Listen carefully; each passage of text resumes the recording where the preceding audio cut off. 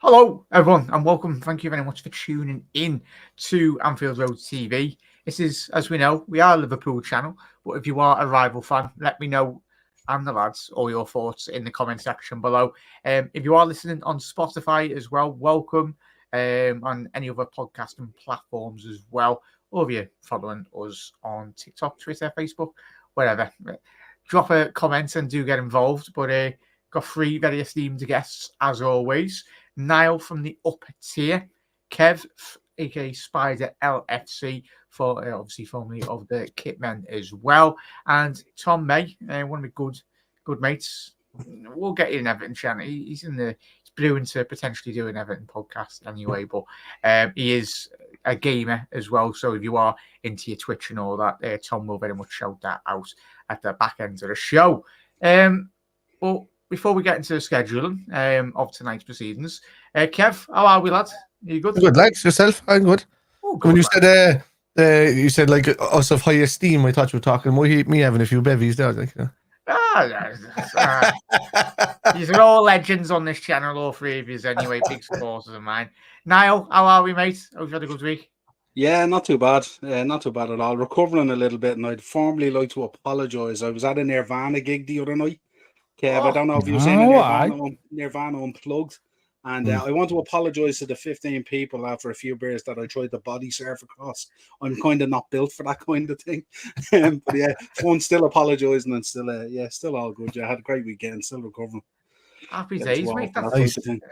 It's all right. We all need, the older everyone gets, you need an extra week or two, don't you? Or probably even a month for certain people if they go a bit mental.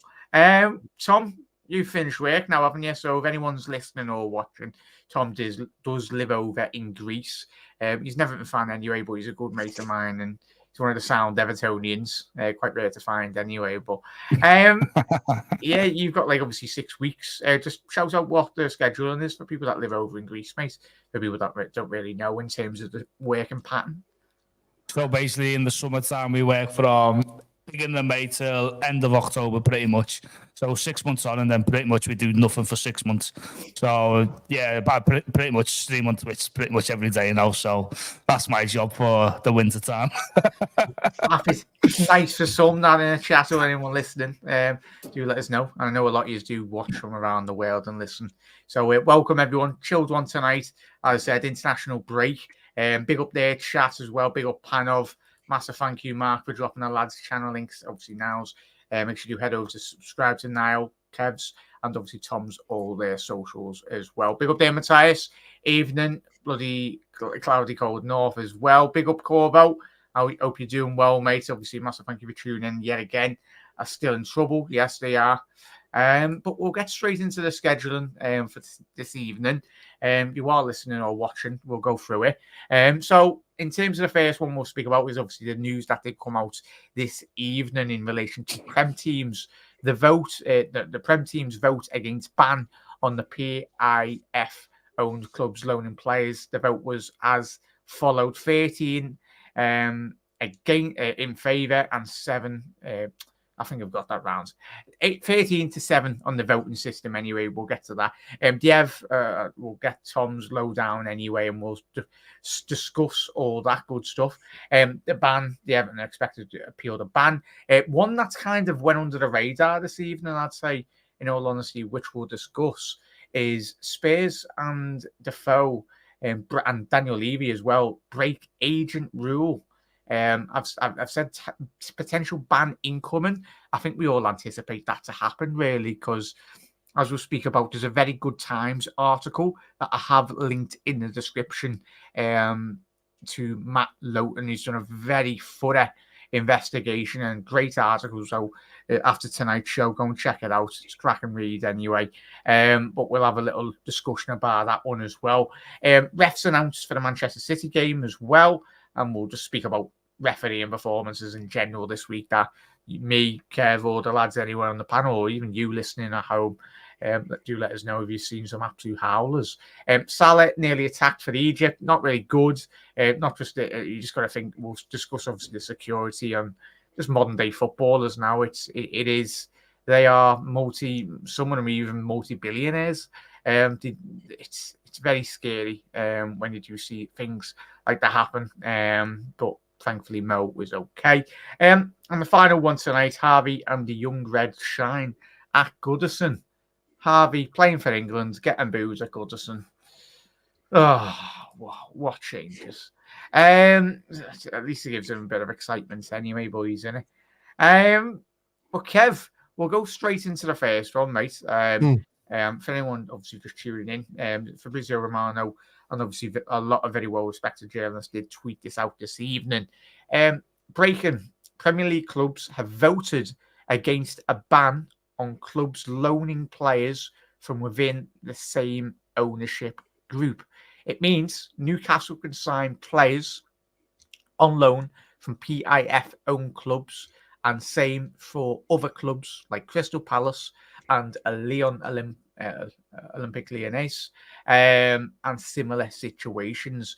I think obviously there's a club called Strasbourg in the French league as well. I think that Chelsea have got an affiliation with them. So there is not just Newcastle, but there's a lot of clubs in world football that have got ties with each other, similar ownership structure as well. Well, Kev, what's your thinking behind this, mate? I just okay. So the whole point of the rule being that the owners can only own a couple of clubs within the same, the same kind of area on the planet. Isn't that a rule because they don't do stuff like this? So if that's in place, why are they allowed? I mean, this is just another way of getting around financial fair play. This is a way of taking some of the best players from these clubs, bringing them in without spending a penny, without paying them any more money, and keep it and just using and abusing the players, to be honest with you, that are a part of that club. So, like, if you've got somebody who's in RB Leipzig, right, let's say, I know this is outside the Premier League, and then you got somebody else that's in RB Salzburg, they'll just take somebody from RB Salzburg into Leipzig who's the top player. Hence, let's say Erling Haaland was still there, and all of a sudden RB Leipzig are winning the league, and then they didn't have to pay Haaland 150k a week. They only had to pay him his $7,000 or whatever he was on when he was there.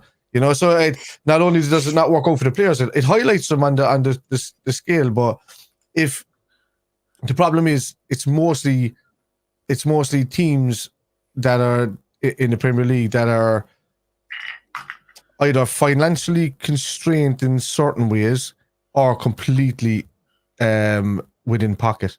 So teams like they're normal.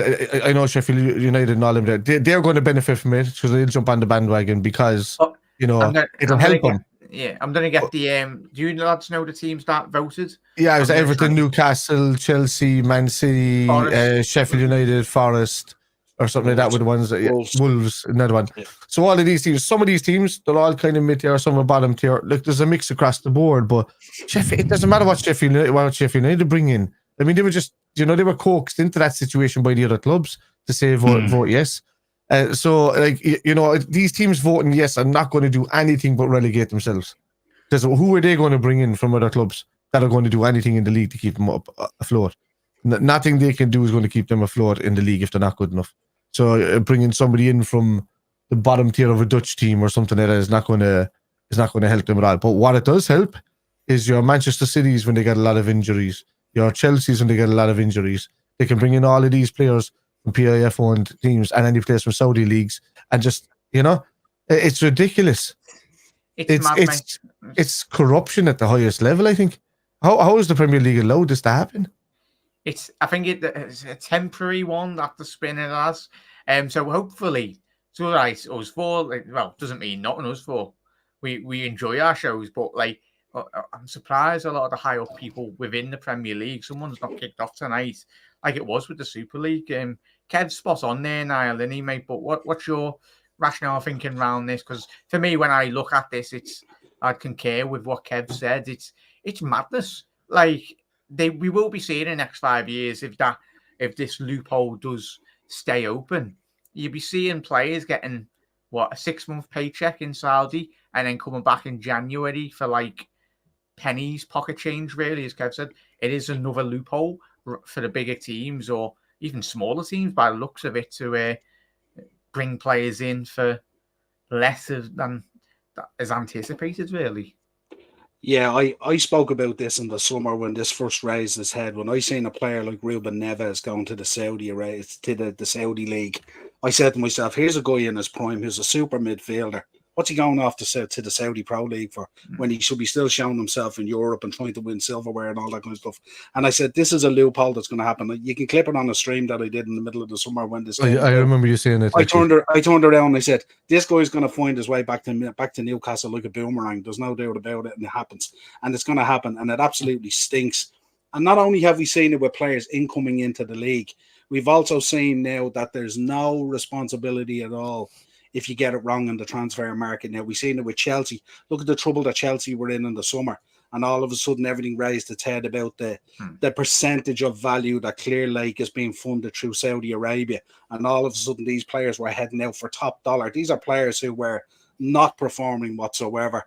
Chelsea were absolutely strangled. We all expected Chelsea to be in serious trouble.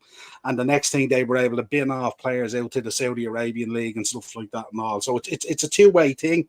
But for those teams that either have high investment in the back end that we don't really understand or know about, and they're protecting their investment, obviously, because they can't afford.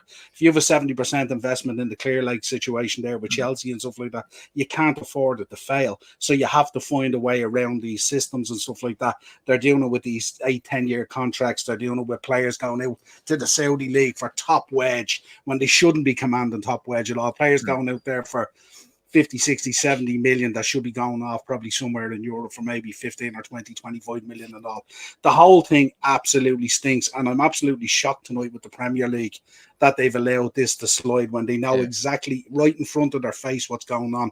But then should we be surprised? These are the same people who did the due diligence on these people coming in to buy clubs and all that kind of stuff and all the talk. It's just the whole thing just stinks, you know what I mean? And then you see it even happening. We're going to see it unfold at United as well. And if there's United people in the chat or whatever, think what you like. Ratcliffe's going in there. He's going to take 25% stake in that club. Does anyone think that they're going to be paying full wedge for Todibo if they want him out of Nice? Not a chance. It's an absolute joke, and it's a spin-off, and it's the death of financial fair play. They may as well just throw it in the bin and forget about it. It's an absolute nonsense. And to think that the Premier League and the FA should be the custodians of the game in terms of sport, in terms of fair play, in terms of all that kind of stuff, and they're sitting back on their backsides letting this happen is a disgrace. And I said it on about 2 streams, I think about 2 or 3 weeks ago when this first raised its head. I said, if they let this slide, forget about it. Done. 100%. There's now no responsibility. If you get it wrong in the market, there's a selection of teams there in the league now that if you go out into the market and you spend 80 million on a player and that doesn't work out for one reason or another, Anthony Say at United doesn't work out, they can bin him off somewhere else, take whatever wage, move money around the way they do, let it slush around the way they do, and there's no responsibility at all. Everyone gets off the hook, and it's a disgrace. Absolute disgrace. It's madness. Chat, let us know your thoughts, and we'll get through all your comments as well. Keep on coming in anyway, or be listening on podcast form. Let us know. Really engage with all the podcasts when we are live or whatnot. Rattle through all these comments, and we'll get Tom's thoughts anyway. And we'll speak about obviously the other specific 7 teams, which Matthias and the lads mentioned before. If you're wondering why these 7 specific clubs voted against the loaning of players between 2 clubs with the same owners, it's because these clubs have sister clubs. And Matthias has done absolutely excellent work this evening in the comments. We'll get to, obviously, I think he's named a couple of the clubs anyway. Don't know why Ricky, we need to be bothered. And it's not just us being Liverpool fans. Tom's an Everton fan.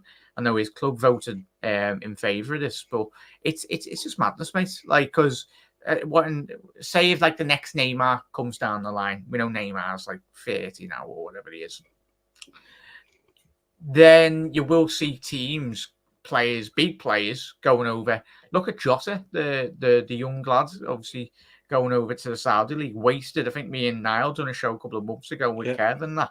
And we spoke about it. He literally packed his bags and he's ready to leave within a matter of 2-3 weeks since he signed. So he will probably end up at a club in the Premier League, i.e. Tottenham, because obviously the Spurs and the Celtic connection with their manager. So I'm pretty sure they'll be all over that as well. But Evening, Mark. How are we doing? Panov, hope you're well, mates. Doing saying hello.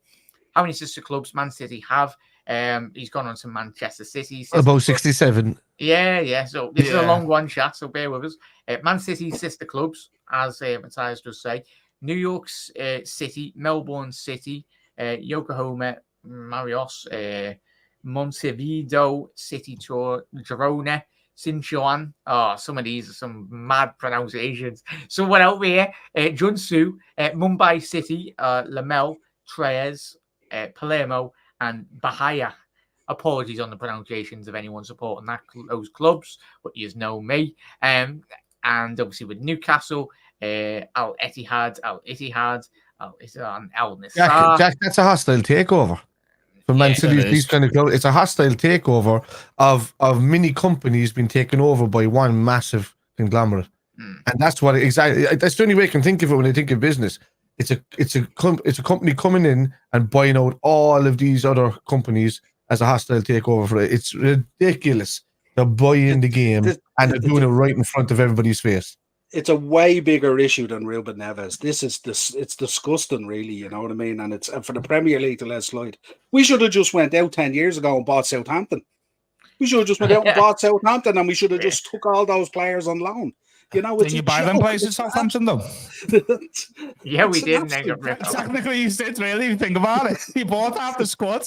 Well, with the money we paid for the players, we could have been cheaper to buy the club. Yeah. You know, it's an absolute disgrace. You know what I mean? You just see and you see that smoke screen there. And the only reason City haven't leveraged it yet, let's be honest here, if you're a City fan of the chat, the only reason you haven't leveraged it yet is because the Premier League already has a microscope shoved up your anus so far that you're scared to put a foot wrong and stuff like that. So don't even it's just the whole thing is a smoke screen. It's an absolute, it's a sickener, you know what I mean? And listen, I'm a big fan of Newcastle. I like what Newcastle are doing. I'm very fond of the Geordie fan base and all that kind of stuff. I think they deserve a bit of success and stuff like that after the Ashley era and stuff like that and all.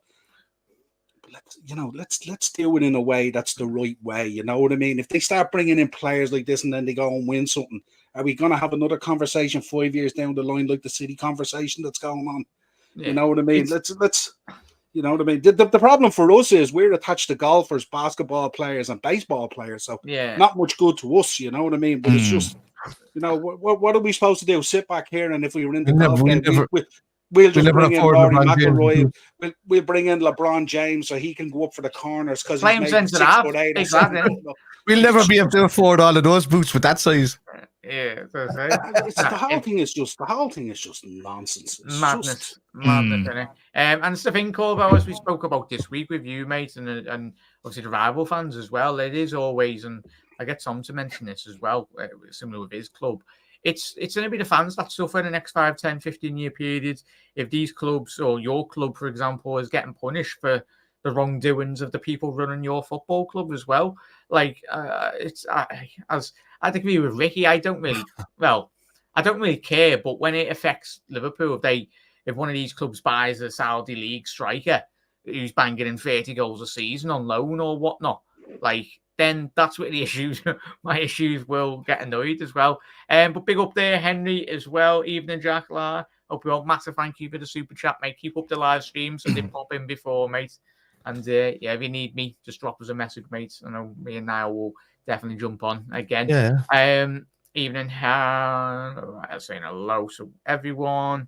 Yeah, just saying that. But we'll quickly go through this little bit of news as well. In relation to the teams, obviously mentioning this one, Sky come out this evening. Breaking Sky Sports Club of teams that have voted 13-7 against a temporary ban on associated party club loans. It needed 14 votes to be passed. So one vote off from that getting the putting the brakes on that, really. Tom, just your general thoughts, mate, on this. Obviously you being one of the clubs that have voted against the temporary ban. So what you're thinking about that, mate? Partly, I think the only reason why we voted for it is because before, there was a comment before, we haven't been taken over yet. So I think the only reason why we voted for it is because in case there was a takeover, it could benefit us in a way. Because, all right, don't get me wrong, there's pros and cons to everything. There's pros and cons to the Super League. There's pros and cons to everything.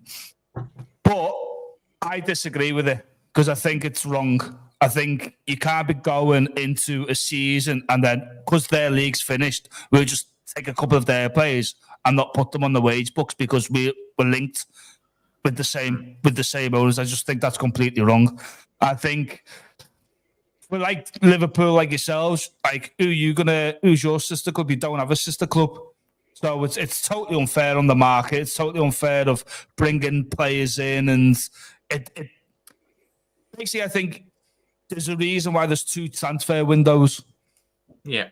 If you mess up in the transfer window, you have to stick with the squad you've got. You can't just bring someone in halfway through and go, yeah, we're going to take this player, we're going to bring Neymar in because we're allowed to. It's completely wrong. Do you know? I just think do you know what I want to know? Baffles me. Do you know what I want to know? What the hell does owners have to do with the football?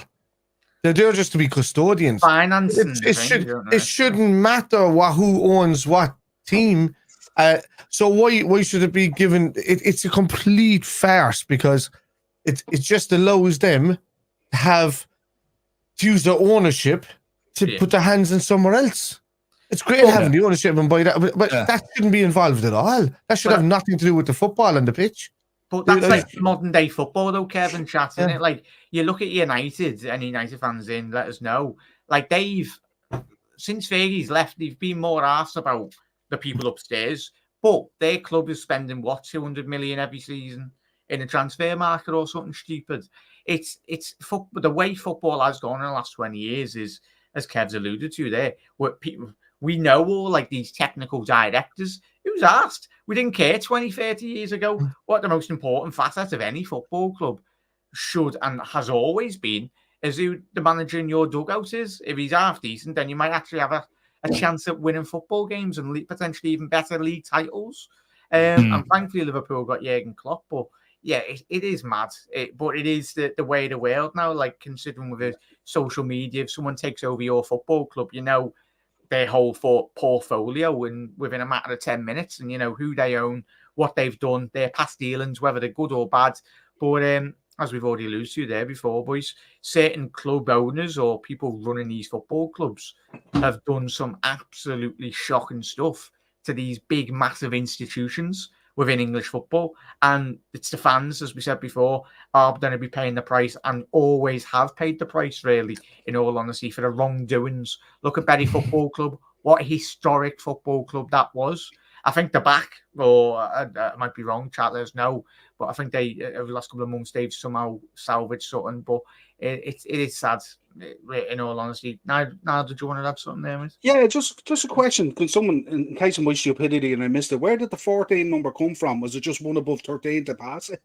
How was 14 a majority on 20? Yeah. Where did the 14 come from? It'd be 11 to 10, yeah. Or 11 to 9, yeah. Like, obviously it was 13-7, so they said it needed 14 to pass it. Why did it need 14 to pass it? Now, in case it should have been over half. 70%, maybe it's 70%. I don't know, but yeah. But boy, because on this issue they need the 70% or something like that. I don't understand. I don't know.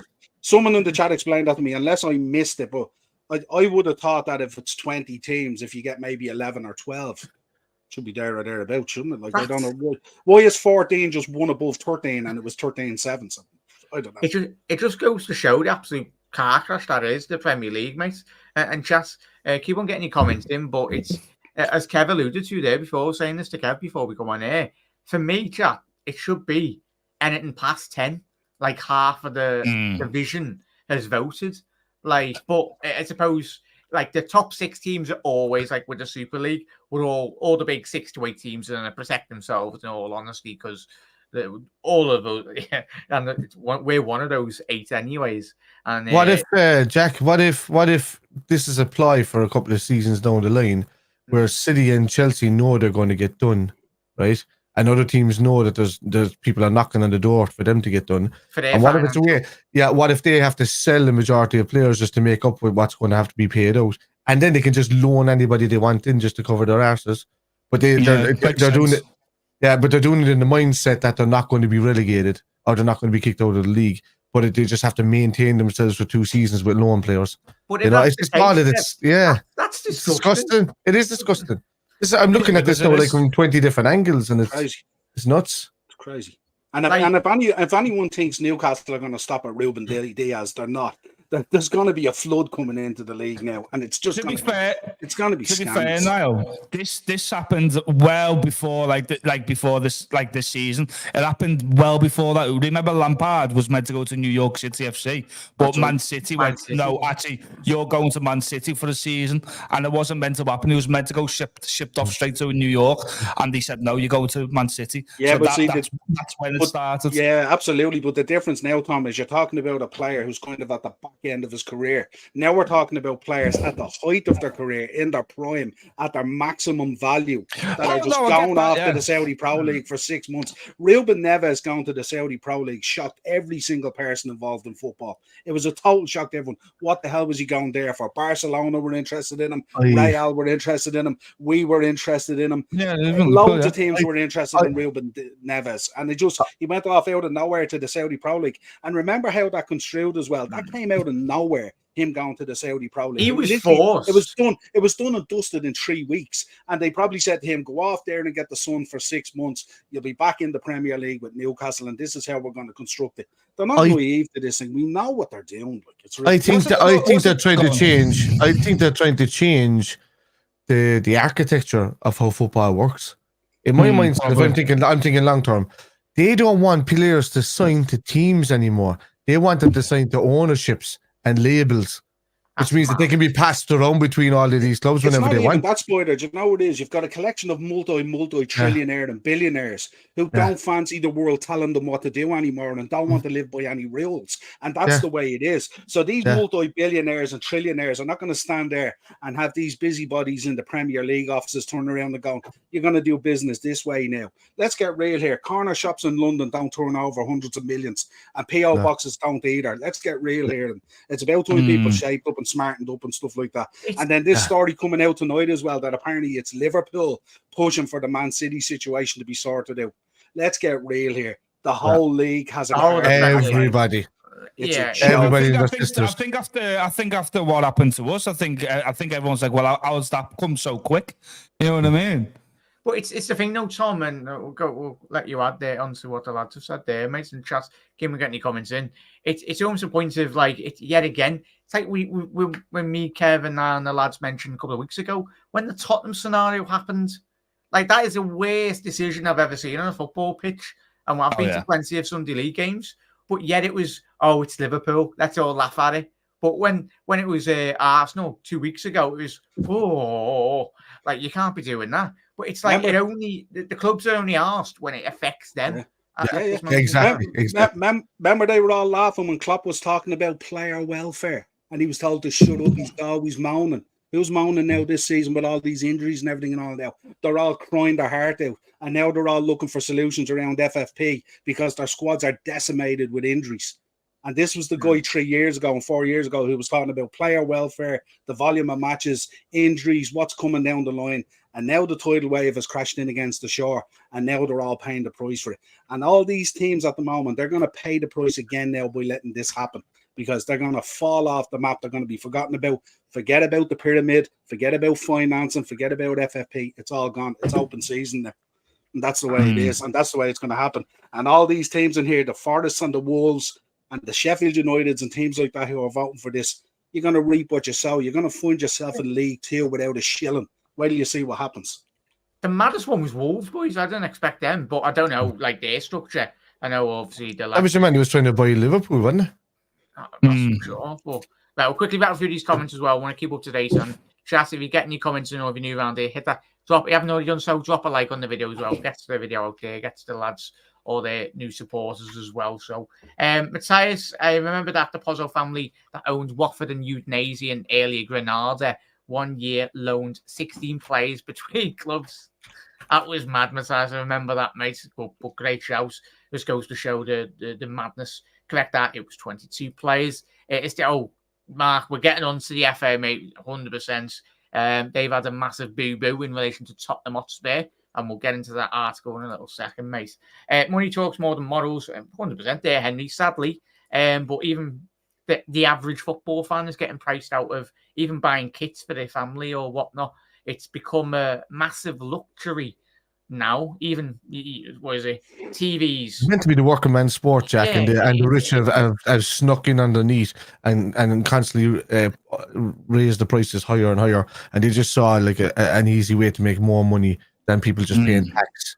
You know, they run around with jerseys with badges on them, fair play and respect and all this. It's waffle. The whole thing is waffle. Look at all the documentaries that's on your Fire Stick or your Netflix or whatever else. Don't talk to me about respect, fair play, any of that kind of crap. It's all nonsense. It's a smokescreen. Then they sit on their golden thrones with their white runners and stuff like that, spouting down and talking to people. Today I feel Qatari. Give me a break. Give me a break. Ruben Honestly, so contrived and disgusting. I'm fuming over it, lads. I'm fuming. That's all right. Well, whilst we're here, and hopefully people with bigger platforms out there actually start getting a backbone, really, to actually stand up and, like, if it needs Carragher Carragher and Neville only jumps. I love him as a pundit, but Neville only jumps on a soapbox when the narrative fits himself. Yeah, really. Not when it's the other way round. Really, he's become a bit of a sellout, hasn't he? Yeah. I used to have respect for Neville, but he's after selling himself out big time in the last 2 or 3 years. Yeah, but he was picking examples out last couple of weeks on Twitter, going, "Oh no, I've said this and that." But for a man that is an owner of a football club at Salford, then it's madness, boys, isn't it? But it's that comment there from Carbo. That's why I love Carbo. I love Carbo because that comment there, you know, because he knows well. He knows.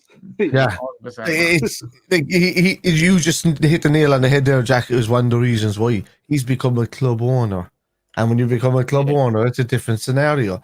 You have to start voting for things that suit your narrative. You have to start turning your influence into something that suits the narrative of what you do now.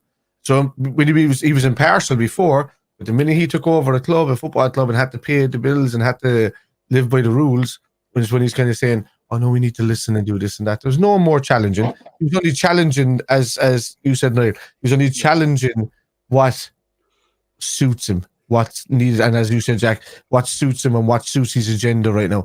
So when he was impartial, and him and Carragher were brilliant being impartial, but now he has an agenda secretly underneath that he has to protect at all times, and it's bubbling over the surface. The biggest one, Kev, was when he went to World Cup, mate. Yeah, like, for months on end before he went to the World Cup. I'm against this, doing documentaries for Sky and everything. But when he gets a big massive paycheck, he goes over there and laps it all up, really. But fair play, you've got to chase the bag, really. Everyone's got to chase the bag. It is what it is. But big up there, GA. I'm sure Liverpool made more money from the Saudi League than Chelsea and Newcastle. We're not saying we didn't, mate.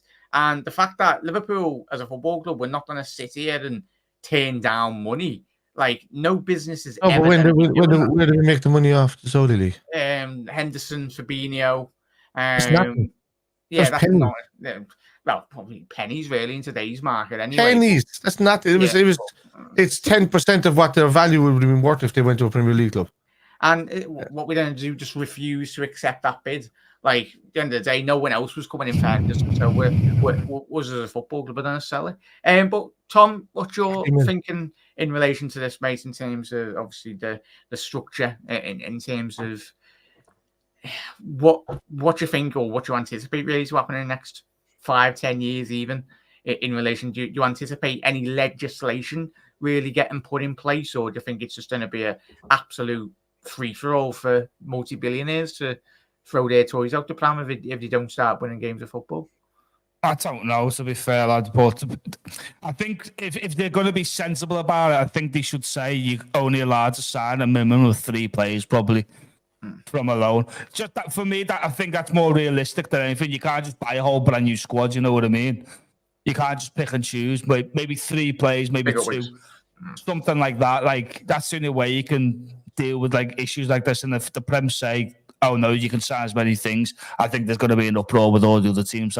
haven't got sister clubs because it's not fair, man. It's not fair to the sport. Like I said before, you set out with a squad. You've got 2 transfer windows. You've got to make the business as quick as possible.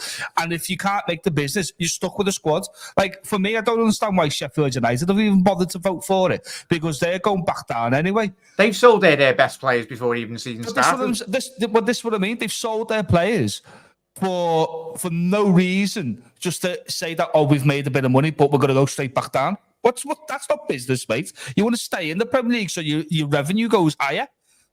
But we know why those clubs voted. We know the way they voted. I'd say today, all these Premier League clubs, it was like a call centre today.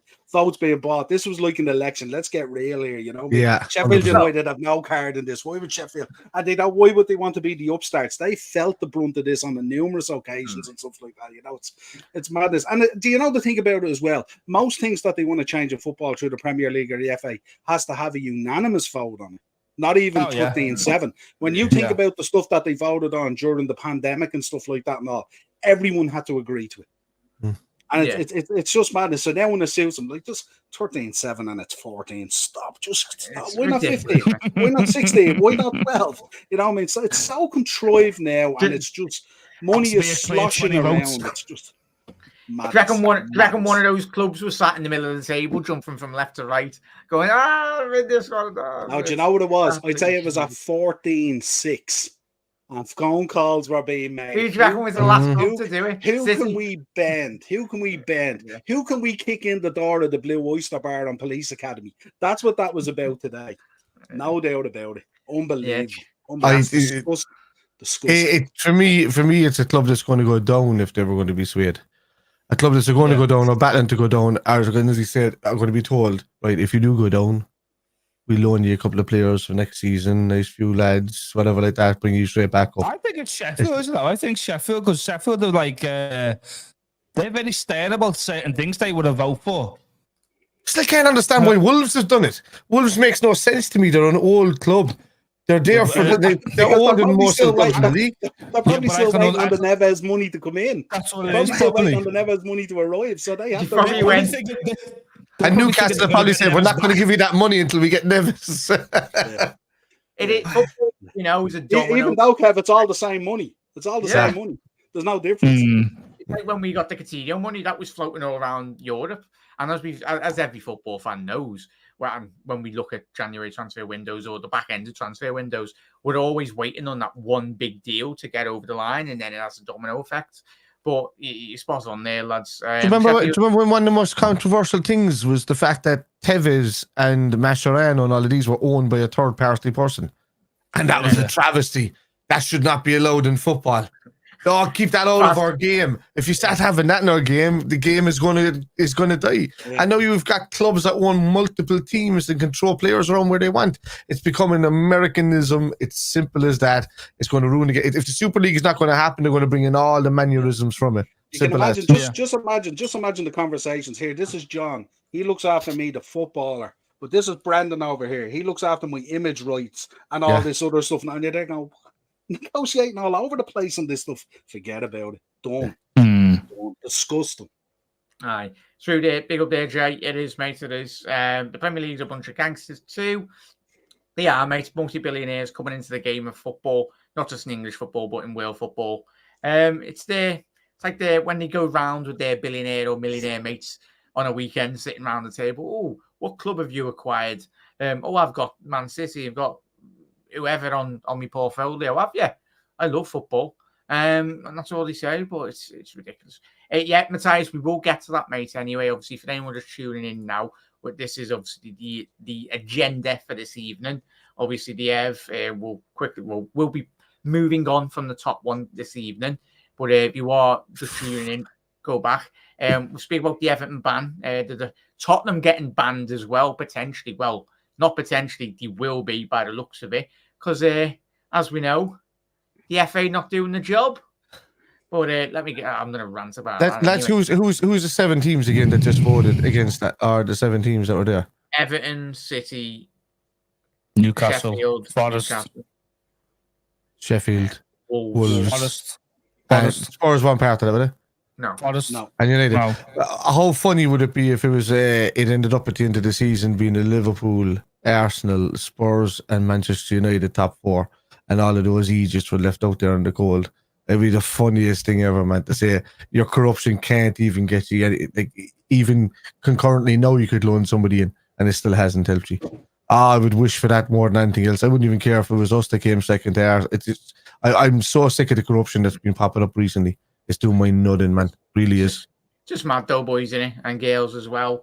We'll go to, so we've mentioned that one. We'll get Tom to talk about it. Oh, sorry, I just have to get it out. Everton have made it clear they will appeal against the 10-point deduction imposed by an independent Premier League commission last week. What did you write in transparent paper? Yeah, tracing paper or something, I don't know. Their hopes of having the sanction reduced or quashed may hinge on the lack of formulaic basis of any formulaic punishments as well. So, Tom, straight to you, mate. What I have baffled me, mate, is the amount of banners getting produced by Everton Football Club. Well, not the club, the fans, really. When they've said that corruption were coming for you, but use the Everton badge. It looks like the Premier League have produced all these banners and left them all around Merseyside, mate. So, Probably. Straight in, how have you felt about the handling of your football club? Because it's steeped in English history for football. We are in the top 5, top 6 for Premier League titles or league titles as well. So, what was your thinking about first and foremost the news that broke this week, and just in relation to that? Are you surprised that you're appealing it? I thought it was a bit harsh. Don't get me wrong. We are guilty. Let's be honest, but we are guilty. There's no backdrop about it. We are guilty of what we've done. But there's also the hindering that we've worked with the Premier League as well. Like, we've shown them our books. We've shown them where the money's been going. We've actually worked with them to not hide anything. We're just showing them everything and telling them the reason why the money's gone like this way, especially with the COVID years. And also, people have to remember the money was Sigurdsson as well. Like, we were still paying Sigurdsson even though we wasn't playing football for almost 2 years. You know what I mean? Also, I don't know. I think -10 is a bit harsh when you think about, look at what Portsmouth got as well, because Portsmouth got in a similar situation with us, like us as well. And they only got, I think, was it -9 or -6? I can't remember. It was one between that. We'll speak about Luton as well in relation to that Tottenham story. They got done as well. So, yeah, it's a hard one to, like, is it because we're in the Premier League that we should get automatically the harshest decision going? Because for us, like, if you look at the cases between City and Chelsea and everyone else, they've been like, "Well, show us your books," and being like, "Actually, no, we can't show you the books." So it's like, if we didn't show them the books, do we like carry this on a bit longer? I know the charges are different. I know some of the charges are completely different, but it's like we've actually worked with the Premier League and we've actually tried to help them and understand.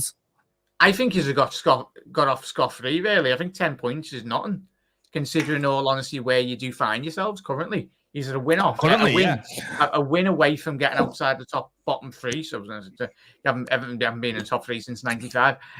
Sorry. I do think it's harsh. But at the end of the day, I'm still happy that it's only -10, because, like you say, with the current situation that the league is in, if it was last year, I would have said, "Nah, that's well bang out of order." That, but still, I think we probably still would have got out of it like last year as well.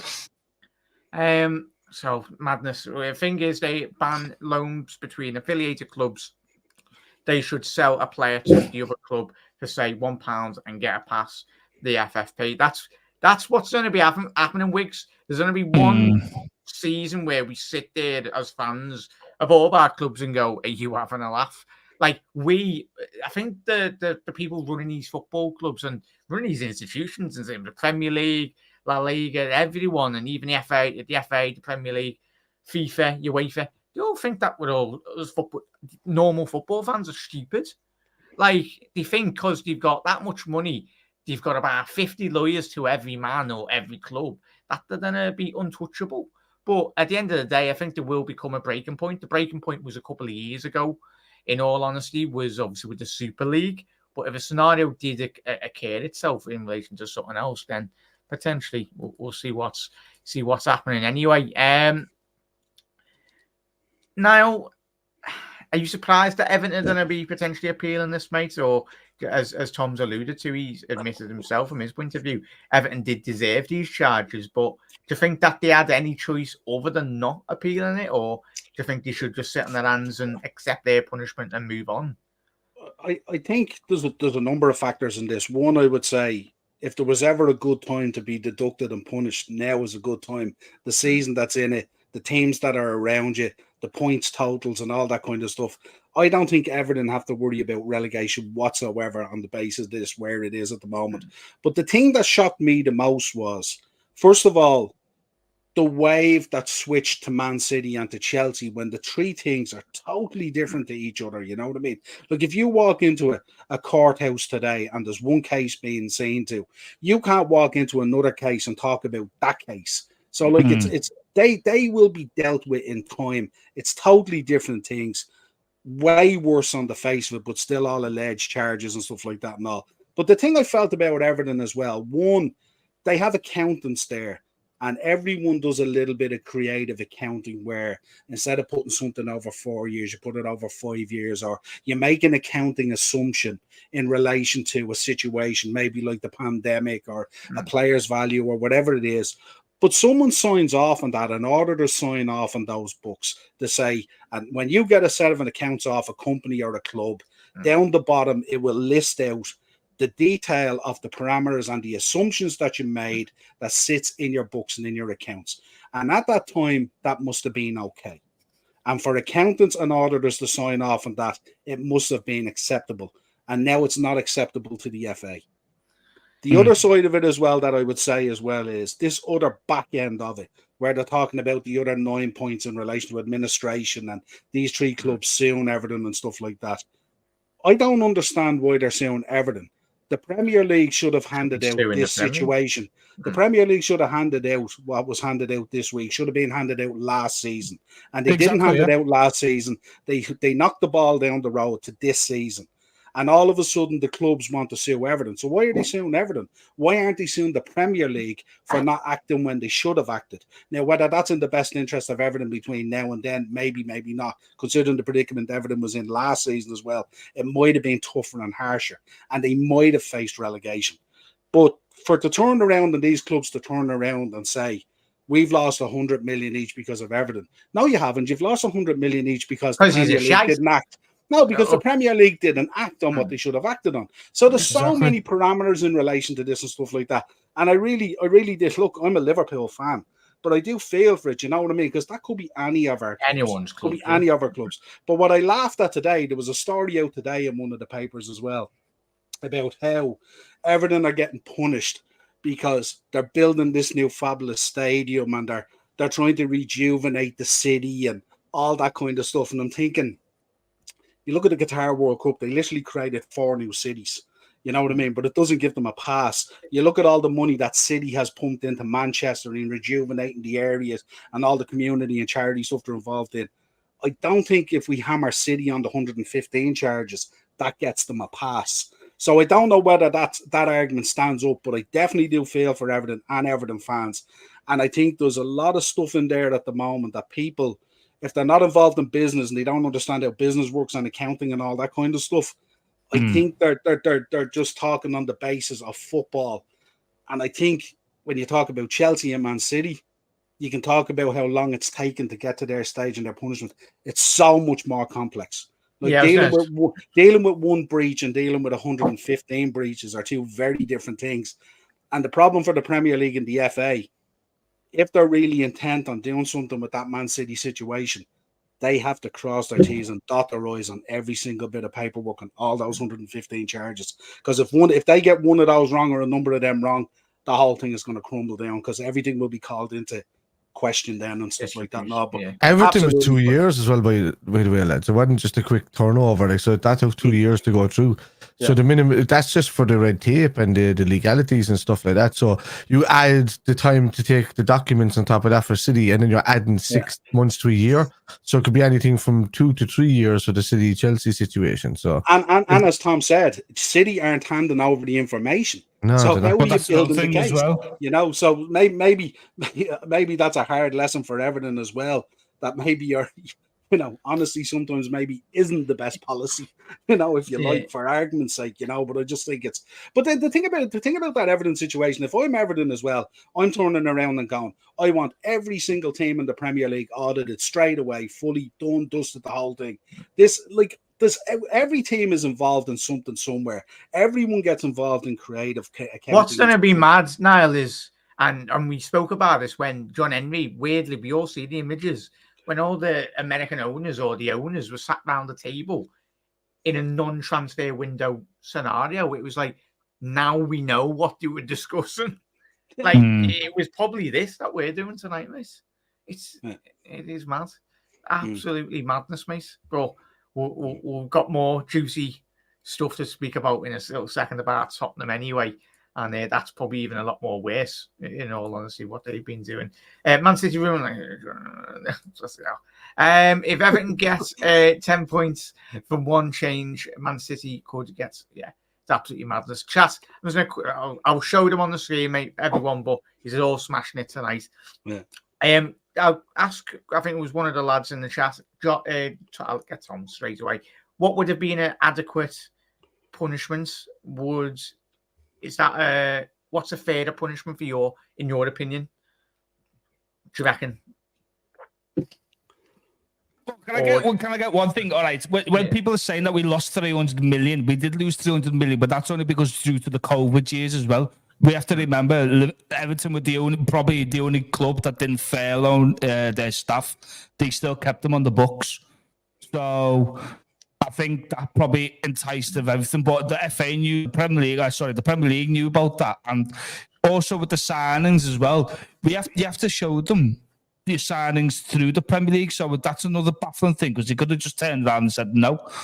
But personally for me, the punishment probably would have been a fine and probably 6 points, and I would have took that. I would have took a fine and 6 points.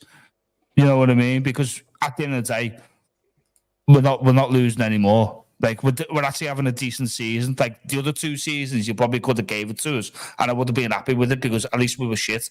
But at least we're doing, we're going in the right direction. And now you're giving us a -10. That makes us fall back even more.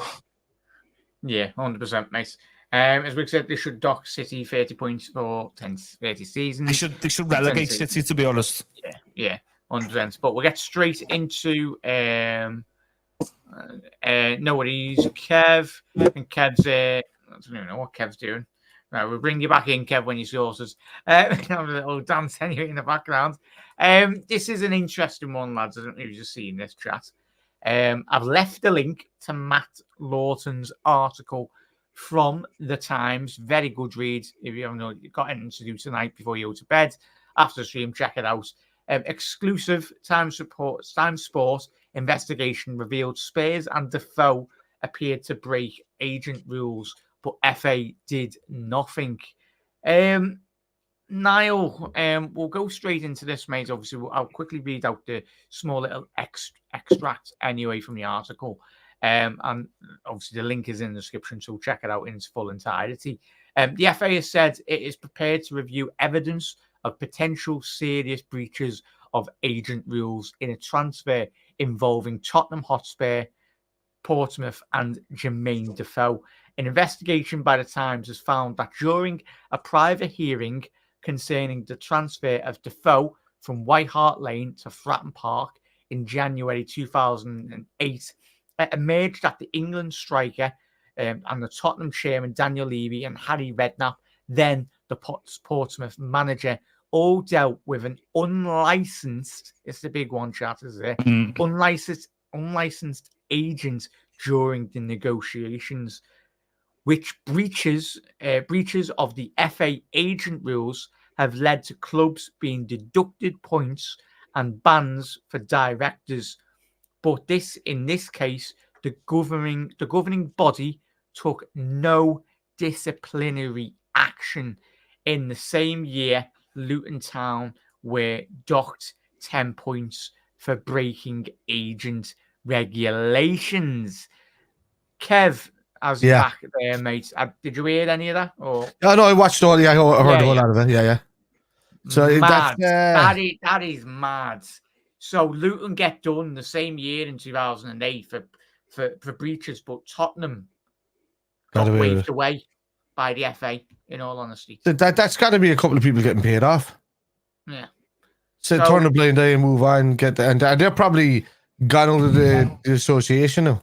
You're probably talking about somebody in their 50s and 60s, about 5 years away from retirement at that stage, and then taking the payment and just saying, look, whatever goes on here, I'll take this payment. So you're probably going to see about 40 or 50 more of these situations pop up.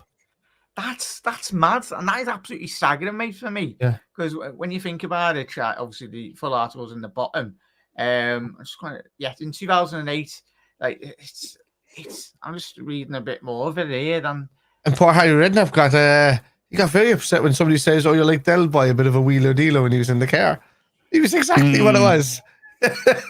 It's exactly what he did. Mad. And the weird thing about it, Jack, as well, is when you transfer the player, all this paperwork that has to go through. How many transfers have we seen fall asunder because all the paperwork doesn't go through and stuff like that? At no point in that paperwork, I mean, you obviously have to list all the detail, including who's your acting agent. Does no one look at that paperwork and go, here's Joe Bloggs here, who's the agent? Oh, hang on a minute. Here's our list of the agents. Hang on a minute. There's a red flag there. That shouldn't happen. That shouldn't go through. Boom. You know what I mean? But again, it's people not doing their jobs or suiting the narrative, or, we'll deal with this club this way and we'll deal with this club this way because we want to protect the broadcasting rights and the money that comes in. So these clubs have to be protected and we can throw these clubs to the wolves. And that's the way it is. If I was Luton now, I'd be turning around and going, right, 2008, they knocked us for 6 and pumped us out. So if it's on average anywhere between 80 to 100 million a year, that's 16, 15 years at maybe 100 million. So you probably owe us about 1.5 billion, and Luton can go off and get themselves a nice new stadium and all that kind of stuff. And this is disgusting again. It's just unbelievable. And these are the guys who they'll take that one on the chin, and today they'll dish out that conversation about how, we spoke about it already. Ruben Neves, it's all good. But on this hand over here, hang on a minute, we didn't realise that was happening. So who are they handing these things off to? People who run joint companies don't hand off that stuff to people who are working on the shop floor. And this is what's happening here. And they're trying to pass the buck and run and stuff like that and all. And it's disgusting. You'd think people, as you said there now, like you'd think that people running these clubs, like by the sounds of it, over the last couple of months, the stories we've all heard from everyone seems it's like it's schoolboyish, as Niall said there. And just a quick one to that, and we'll get Tom's thoughts as well. In relation to what Luton got done, they got a points deduction. They were deducted 10 points and fined 50,000 in 2008 for paying 160,000 to a number of agents without represented contracts in place, which is mad. But go definitely check this article out, chat, because it is. I'm surprised this should be one of the straight front pages, in all honesty. It is absolutely ridiculous. But a massive thank you, Doug. All right, lad, for becoming a member. I really do appreciate the support, mate. Tom, it's madness, in all honesty. And this is probably what a lot of clubs have shit the bed, probably tonight and over last week. Kev, seen something. What have you seen? I'm searching, man. I'm searching for more clubs that have been done by this situation and in comparison to the bigger clubs. Yeah. So I'm having to look. You work away. So in terms of that article in relation, Tom, I know you've not seen all of it, but in relation to what we've read, and just in general as well, Tom, and chat, let us know, do clubs, or will clubs over next week or next 12, 24 months, do you reckon they've already been looking behind the back, or do you anticipate them to actually need to be looking at the backs and speaking to their directors of football and everyone in the football club going, boys, Have you done your due diligence, really? Have we got any skeletons in the closet, really, in relation to the finances? Because I know us three, Kev, Niall, and me, and all of us, when we spoke about Liverpool not spending money, John Henry, do you reckon, definitely known this was coming down the line, and hence why he's probably not spent a lot of money. But Tom, it's mad. The fact that we're going as far back now as 2008. Well, yeah, I think a lot of the clubs are going there into the back closet and getting the papers ready and the papers shredded. To be honest, I think they're going to try and hide as much evidence as they can, because to bring this up back from all the way from 2008 just shows how lazy the FA have been to let this even slip through. That is pure laziness. But then dock 10 points for the Luton Town. I'm sure Luton Town got relegated that year as well. In the National League, or was probably doing in like League 1 or 2, weren't they? It was like League 1, and then they got knocked down to League 2. I think at the time when it was still 3 leagues then. But yeah, I think they got relegated from League 1 to League 2. But yeah, I think that's just pure laziness, and I think Tottenham should deserve at least a 15-point deduction for that and a fine, just like what Luton got. I think maybe more. It's there's not been too many deductions in the past, lads, by the way, just to kind of jump in there. It's a fight between United and Arsenal in 1990-1991 season. Saw them deducted 1 point and 2 points for a nasty tackle from Winterburn, and also for the fight that escalated, they got a point extra each on top of it. Middlesbrough, because they couldn't fulfill the fixture in 1987, and then the rest of what you see now. Yeah. Kev, I'm just reading now, and definitely check it out, please, Chaz. It's a really good article. It's the maddest thing, and it's exactly what we spoke about, Niall and Kev, over the last couple of weeks. That it's led, I'm just looking, in Tottenham finished 4th in the 2009-10 season to PIF City for a Champions League spot. So that goes to exactly what we've said. They signed Defoe. He got them into the Champions League or whatnot. And it's whoever finished, well, City getting done. So whoever finished 6th might have actually gotten to the Champions League if those two weren't misbehaving anyway. But Kev, like, that is madness. And what do you anticipate, as Tom's alluded to, and obviously Niall perfectly as well before, mate, it's Tottenham being, well, they've managed to somehow Spurs it, but for a club that is prided itself, especially Levy being the person that he is, he's one of them people that prides himself on the structure of his own football club. We've seen their sporting director, or one of the high ups at Tottenham, get done for, as we spoke about yesterday, being misbehaving. Was it the French or the Italian fellow, or Argentinian, whoever it was? What you thinking on that, Kev? My thinking of Levy is Levy knows how to look after Levy. Yeah, that's the way I see things when it comes there, right? So Levy will pass the buck to everybody else so that they get the blame, but he'll give them a nice little pint-sized payoff to ensure that the risk that they're taking is okay. I've seen this. A lot of other people have seen this over a long period of time. Jose Mourinho has even, alluded to it a couple of times that, dealing with Daniel Levy is, you don't know which Daniel you're going to get that day. You don't know which personality is working underneath you, to the side of you, and above you at the same time. So, it's how can I say, it's a very Spursy thing to do, considering the type of club that it is and the whole. How do you reckon this has come through, Kev? Like, do you reckon there's something, as Tom said before, do you reckon there's been a whistleblower in Tottenham or in the FA? 100% somebody's have to come across all of these dockets, and they're starting to put. And it's not just. I think the clubs, each club is getting investigated individually, and I think it is. And it wouldn't surprise me if there was little bits of hacks going on. It wouldn't surprise me if there was little bits of things, and archives are getting pulled out. It wouldn't surprise me if somebody who's now a bit disgruntled is also confirming stuff. And then once all these little steps are taken and they build and build and build and build, then you're sitting there kind of thinking, no, you've got a case against them. It takes one whistleblower to highlight everything and to destroy an entire legacy within a club. It's probably the reason why City is kind of getting done for now, outside the fact that maybe 30 or 40 of those would be getting seen to, eventually anyway. but they also had steps up their sleeves. Just you have to think of it. These clubs, Roman Abramovich, when he's there now, Todd Bowley now is taken over with Chelsea, City's owners, all this.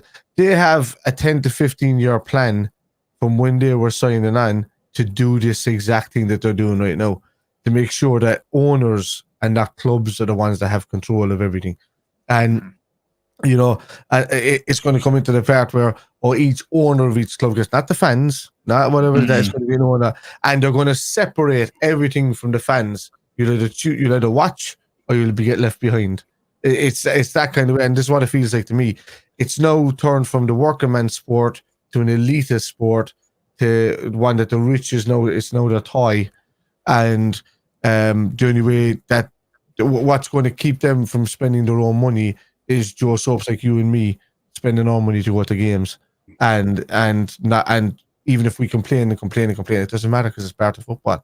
We can scream all day long, but it's just the fans screaming about his club. That's it. Do you know what's coming, Jack? Okay. I reckon they've taken the pin out of the grenade and they don't like the result now.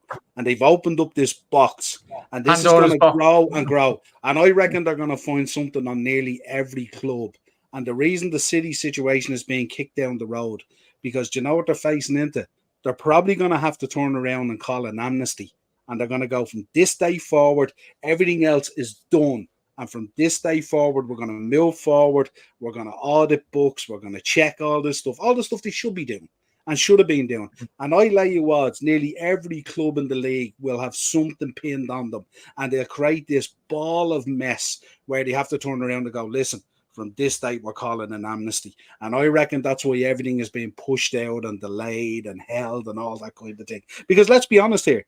If they go and they pin Man City on the 115 charges and they talk about all this other stuff and the trophies and all that kind of stuff, we've literally been living in a Truman show for the last decade in the Premier League. The whole credibility of it will be washed away. You know, the face of it in front of sponsors and broadcasters and all this kind of stuff.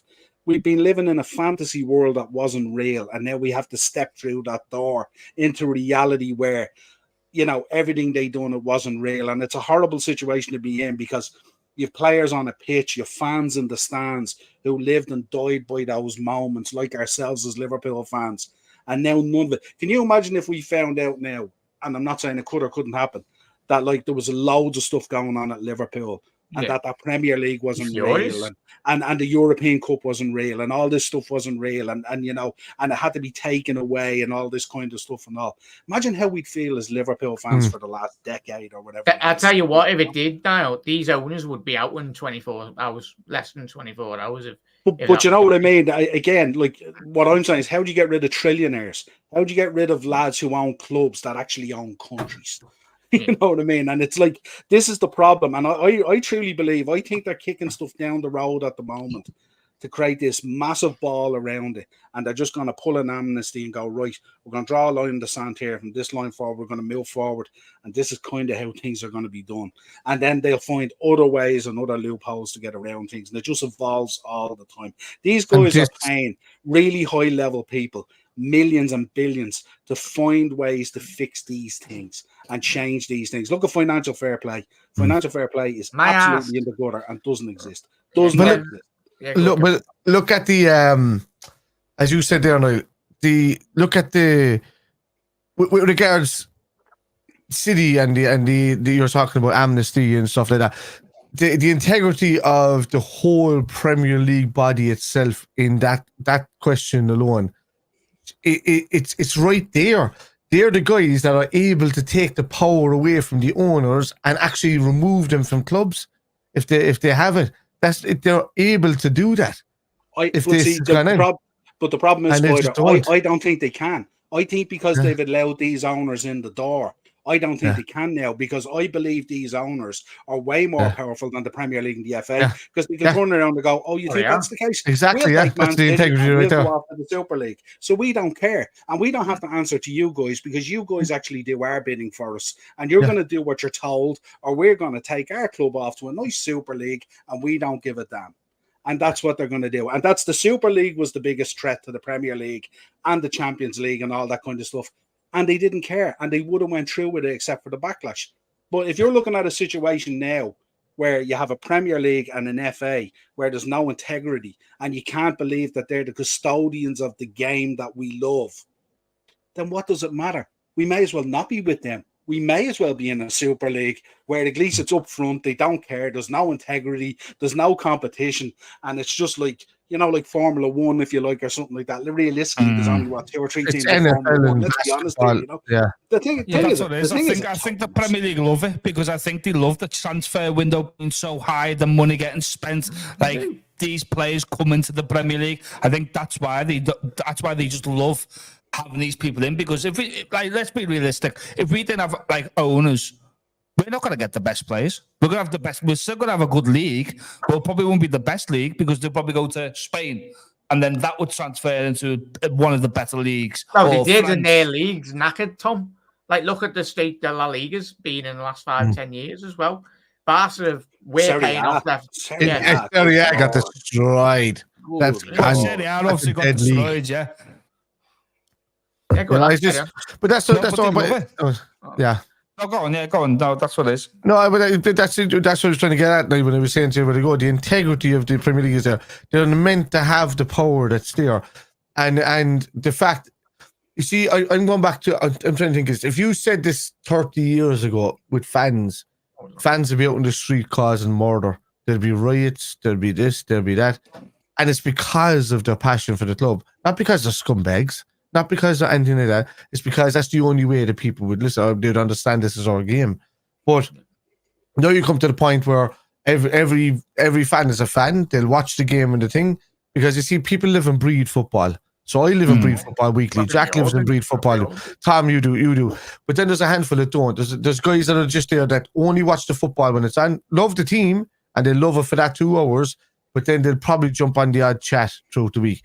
Then most of the time they're distracted by social media and all of that. The distractions are in place, and it nullifies. There's a thing called a fear of missing out. And when a fear of missing out is there, if you're missing out on just the conversations online, that takes away your annoyance, your passion there, when it should be directed in places such as this. When you're in the stands, when you're screaming your heads off, when you're doing this, it nullifies you. It's almost like it's making you docile as you're doing all of these things. It's taking away, it's putting your anger towards these tweets, putting your anger towards these things, and it's gone from you by the time it comes around to match day. So it's just like, oh no. If that's me on a game, I'm screaming and I'm shouting, but it's like people have tired themselves out, and it suits the narrative that's happening right now, where they won't step up and say, listen, as fans, we don't want this. There should be banners in every club now around the thing saying we don't want this kind of stuff in our league. Get it out now, and that'll change it. Yeah, look what the Germans do in terms of their footballing. Like fans, I think when Dortmund played Newcastle, had a banner as well. The way they run, they have season tickets and buying for £100 to watch Bayern Munich. Like really? Yeah, but that's only because the fans own half the 49%. That's the difference, though. Like, if the Premier League or the English clubs had this structure, it would be great, because then your say is actually going to mean something. But for us to say something now, they're going to be like, fuck it, who gives a shit? And Bayern don't even have to pay that much for their stadium. Well, I was over there recently. So they used to stadium share with 1860 Munich, and because 1860 Munich got dropped down a couple of tiers, they couldn't afford the rent anymore. So then Bayern made a deal so that the rent would just become, look, we'll send you out to give them a few bob, whatever like that. They left the league. Or when they left the league and they went down. And then you had Bayern that was in there, but then they're like, we're not paying all of that rent. And then bang, bang, bang, everything came down. They don't own their own stadium. The owners don't. The fans, it's a constant rent situation there. But it's a deal that's done for like 999 years now. You know, that kind of thing. So, yeah. I know what people go, oh, look at how dominant Bayern are. But I think if Bayern still had if Dortmund still had Jurgen Klopp in that league, I think they would have attracted a lot more. Look at Xabi Alonso. There'd always be great managers in certain leagues, no matter how the structure. And obviously, RB Leipzig, they are the Man City in that league, and there was a lot of backlash when they got taken over in Germany. But we'll quickly conclude here as well, lads. But we'll speak about it probably before the football starts again, because there will probably be more news in relation to that. But as well, my closing point on this is going to be: you look at as the lads have already discussed tonight, using in the comments tonight as well, when we spoke about Tottenham and obviously the scenario around Everton and just in general about the PIF clubs and the voting system tonight, is it's not just going to be internally as a brand in terms of Premier League and the clubs. I mean, it's going to be externally as well in terms of the pressure that will be getting thrown upon. Not just, it's going to be looking at German sides, Italians, Spain, you only have to listen to interviews that these sporting directors of the majority of the big clubs around Europe speak about the Premier League clubs.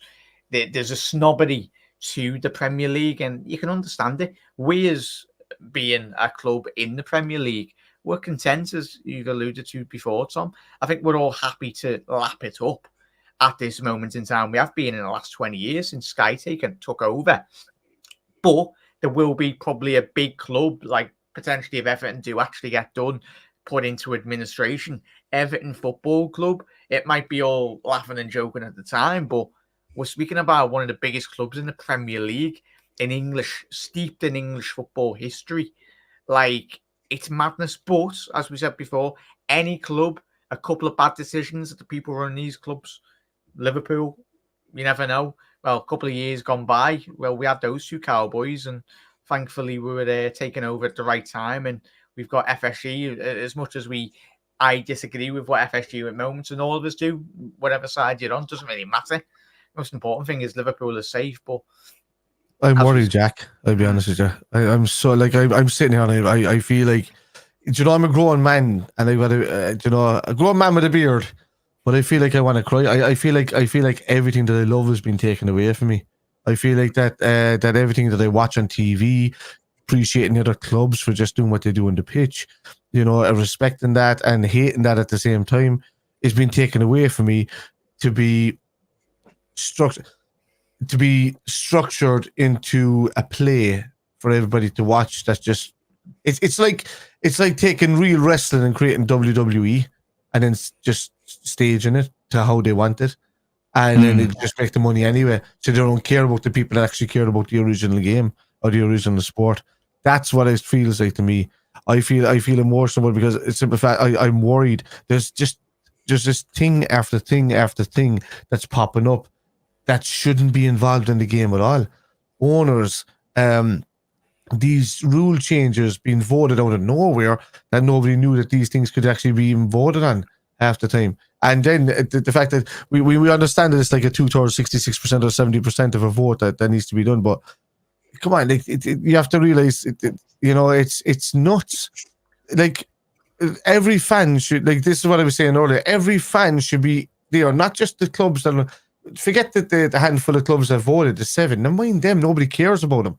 Because then, they didn't exist a few years ago with some of them. Some of them had great fan bases, and now that they've got an agenda behind them, just all of a sudden, they've gone all plastic.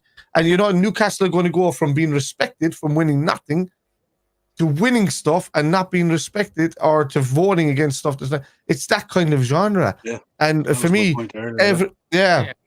every fan should be inside in the stadium and holding banners. Simple as, they can't be asked. You can't buy us. Like, you can't trick us. You can't buy us. You can't sell us. It's that simple. We're not for sale. The problem is, with the wealth in it now, we're no longer in control of our destiny in reality. You know what I mean? Because you'll get steamrolled. But the problem for me, the basic fundamental as well, we can't even celebrate a goal anymore. Yeah. We can't even celebrate a goal anymore in this sport that we love and die by, and it dictates our week, it dictates our mental health, it dictates how we feel about everything and our approach, whether we're positive or negative and all this kind of stuff. And they've ripped the heart and soul out of it for the easy dollar, you know what I mean? And it's so frustrating, you know what I mean? And I say it all the time, when you're dealing with billionaires and trillionaires, where's the integrity in that? Show me a billionaire and a millionaire, or a billionaire and a trillionaire that hasn't stepped over someone on the way to get there and stood on their head. Oh, yeah, of course. And it's just, and that's the way it is. And they just, you can imagine the phone calls and stuff like that, you know what I mean? Imagine the Premier League picking up the phone to the owner of Man City and going, this is what we're going to do. No, you're not. You're going to do what you're told. And that's it. And that conversation then ends. Because if you don't do what you're told, we're You're heading not off to getting open up our own league. We're heading off to do our own league. And if you want us to do that, we'll do it. And we'll rip out 30% of the value of your broadcasting rights as well. And every other club, because of the pyramid, will just go absolutely bust, because those 6 or 8 clubs will head off into the sunset. We'll have a lovely league over here. We don't really care what the fans think anyway, because we're all trillionaires and we're not waiting on your season tickets. We're not waiting on your merch. We don't care, because we're so beyond that at this stage. It doesn't matter. And you hear people on content creators and YouTube channels and all going, don't buy the jerseys, don't go to the matches, don't buy the food and drink and all that kind of stuff. That's all very well and good saying that. But for most of those owners that we talk about, it doesn't impact on them at all. It means nothing. You look at the other day, City turning around and saying, what was their earnings? 700 and odd million in revenue or something like that. Like, you're talking about an owner who's a multi-billionaire, nearly a trillionaire, and they're talking about 700 million in earnings, and it's being put up there as a huge thing. This means nothing to them. These are like Porsches and Ferraris that they can brag about. And if you think that any of these things affect that, they don't. And the Premier League and the FA just get told this is how it is. And the reality is they will bend over and accept it, because they've seen the threat of the Super League. And now they know that all these things are very real. They opened up the door, they welcomed the money in, and now they don't like what they've created, and they're trying to figure it out. Yeah, and that's, if anyone just tuning in as a rival fan, that we're speaking about our club as well. I know we're a Liverpool channel, but it's Liverpool. As Niall said, spot on there, lads, 100%. We've went on for bloody 120 hours, no, say them. 1 hour and 20 minutes. I know the lads have got a shoot very soon, so I'll quickly wrap up anyway. But chat, keep on getting your comments in. Kev, you can answer this one. Well, I get you and Niall's thoughts on this.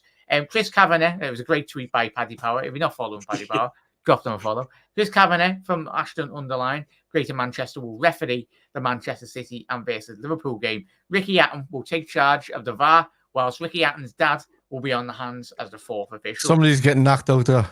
Yeah. Did you see the other one as well, where they had Liam and Noel Gallagher as well as linesman? Kev, obviously, Chris Kavanagh going to be the man in the middle on the weekend. I try to stop people focusing on referees when it comes to games.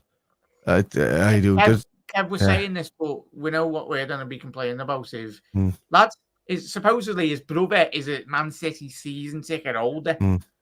Like, delightful, isn't it? Integrity has been the biggest key word tonight. Where's the due diligence, really? Like in any business, like surely if you've got a bit of, and it's an important thing, there's got to be at least a divide where there's no bias. Chris Kavanagh's going to be thinking about his brother, isn't he? At the weekend going, I need to give him 3 points. Is Chris Kavanagh a United fan? He must be if his brother's a season ticket holder, because he can't be. He's from Manchester. From Manchester, but if he's a United fan, the simplistic view of the referees aren't meant to support a club. They're not meant to support it. Well, they're not meant to support a club within the league anyway. So even if they did, they probably if they acknowledge that they are supporters of a certain club, they're not supposed to ref them at all, or even have a show. You know, it should be a north. It shouldn't be south divide. Anyone refereeing from the south can referee in the north. Anyone from the south can referee. So how is that supposed to handle anybody? Because everybody that supports United are from London. Yeah, that's true. we've refs on pitches that are fist pumping when goals are scored and all. Like, you know what I mean? It's just it's crazy. You'll go back to the thing I was on about with Spurs, when they gave a penalty. The only thing I would say is I had a look at your man Chris Kavanagh as well, and you know our record with Chris Kavanagh is 13 wins and 2 losses. It's pretty good. Yeah, we've a very good record with Chris. We've a good win with Chris. We've a good record with Chris Kavanagh. But sometimes we have to give the benefit of the doubt. Sometimes we have to give the benefit of the doubt. That's what I was about to say. We have to give the benefit of the doubt of what it is. I don't go into this conspiracy theory stuff about referees.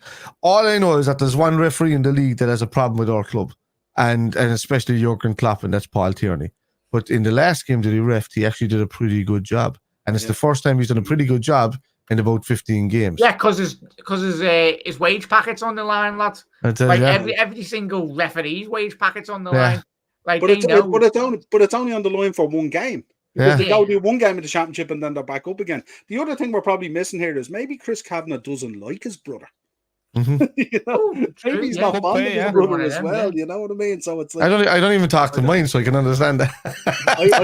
I'm like Spider here. I think the microscopic down on officials and stuff like that, I think, has gone from one end now to the other, because like everyone out there, if you dig back into their social media or whatever it is over 20 years or whatever it is, you'll find they support someone, or they did something, or you can make a case for nearly every official. And I just don't know, how do you then find officials? Because you'd have to find officials that aren't even fans of football at all and trying to come in then and officiate it and stuff like that. No, I think sometimes we read into it too much. Now, having said that, we'll probably all be on a match reaction at the weekend if something goes against us. Go, told you, it's that Chris Kavanagh guy and all this kind of thing, and we go ballistic and stuff. But I don't know. 13 wins and 2 losses with Chris Kavanagh in charge. I'm okay.